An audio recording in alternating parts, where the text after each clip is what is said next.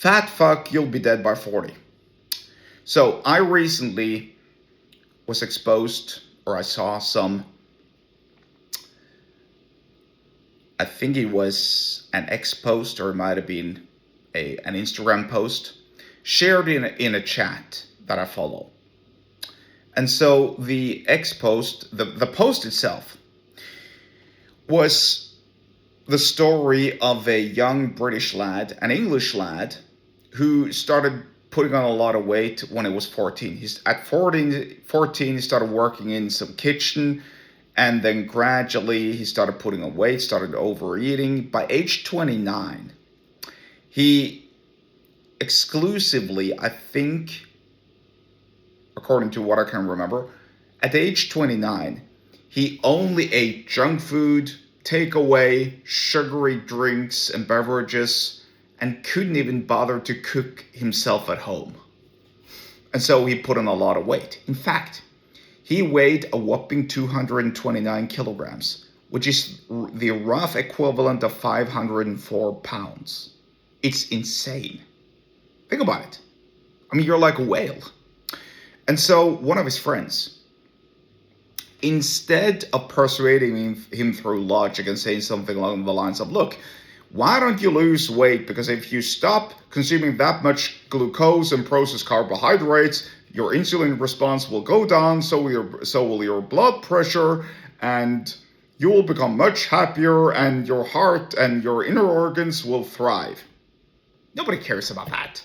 Nobody even knows what that means. But here is what he said instead. Because he wanted to recommend his friend to start losing weight, of course. So what did he say? He said, he sent him a text message. And in that text message, he wrote, "Fat fuck, you'll be dead by 40. And so he did that every single day. Every single day he sent that same text message over and over again, day after day, for 6 weeks straight. Fat fuck, you'll be dead by 40. Fat fuck, you'll be dead by 40, etc., etc. And so finally, this fat fella decided to do something about his life and decided to change things around. And he started to lose weight, and he started to work hard, and he started committing himself to a healthier lifestyle.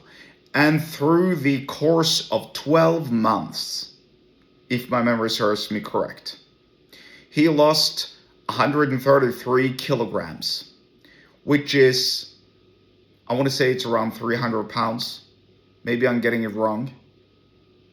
294 pounds. I did the calculations just about an hour ago, and so it's still half fresh in my memory as of the time of this recording.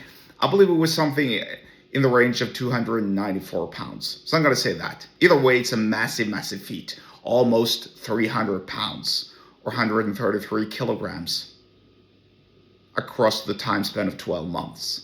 And he later said that, look, my friend really probably saved my life, which I'm pretty sure he did. Because, I mean, he lost the complete weight of 2 adult men, really. 294 pounds. It's insane. I mean, if I'm thinking out loud, it's kind of like the weight of two smaller men, though, right? If you have 2 smaller men who weigh 150 pounds, that's 300 pounds, which is not too far away from 294 pounds. Pretty crazy. Pretty wild. Anyway, the point is this. This is a brilliant example of using vision and emotion. You're giving the one whom you want to persuade a vision. The vision is this: you'll be dead by 40 if you continue living the way you live. That implies, of course, your inner organs are going to fail. You're going to develop nasty illnesses, awful heart conditions or heart failures. Maybe your limbs are going to start to fall off because of your type 2 diabetes, etc., etc. And it's going to be horrible. It's going to feel horrible. And also, the emotion. Hey, you fat fuck. Maybe I'm gonna get censored, but I don't really care. And if you combine this, because if you combine, vision with emotion, if he just written, "You'll be dead by 40," then it will probably have had an effect to some degree, no doubt about that. But if he, in addition to letting him know the vision and therefore the future consequences of his choices, and spicing it up, proverbially, by calling him a name, and also kicking him a little bit in the balls or in the ass, whatever floats your boat, by calling him fat, which he is, and a fuck because he's a lazy fuck, then that combination is worth a lot. Hey, you fat fuck, you'll be dead by 40 unless you change things around now.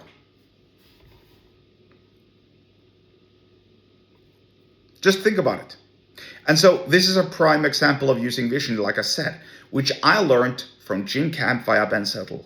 Now, Jim Camp was preaching mostly about vision, creating a vision in their mind, letting them know what's going to happen if you do or don't do as I'm persuading you to do. But if you amplify it by using emotion in addition to that, hey, listen up, you fat fuck. You're gonna die from organ failure by age 40 if you don't change things around. That has a much stronger and deeper impact on anybody listening and hearing that, because they know it's true and it hurts them. And so it should hurt them, but it should also inspire them to make a change. And so that's pretty much the persuasion lesson for this video. Use emotion and vision combined and watch what happens to your persuasion ventures. If you want to learn more about persuasion and sales, get subscribed to my email list. The link to do so is in the episode description wherever you're watching and or listening to this, and I'll see you there.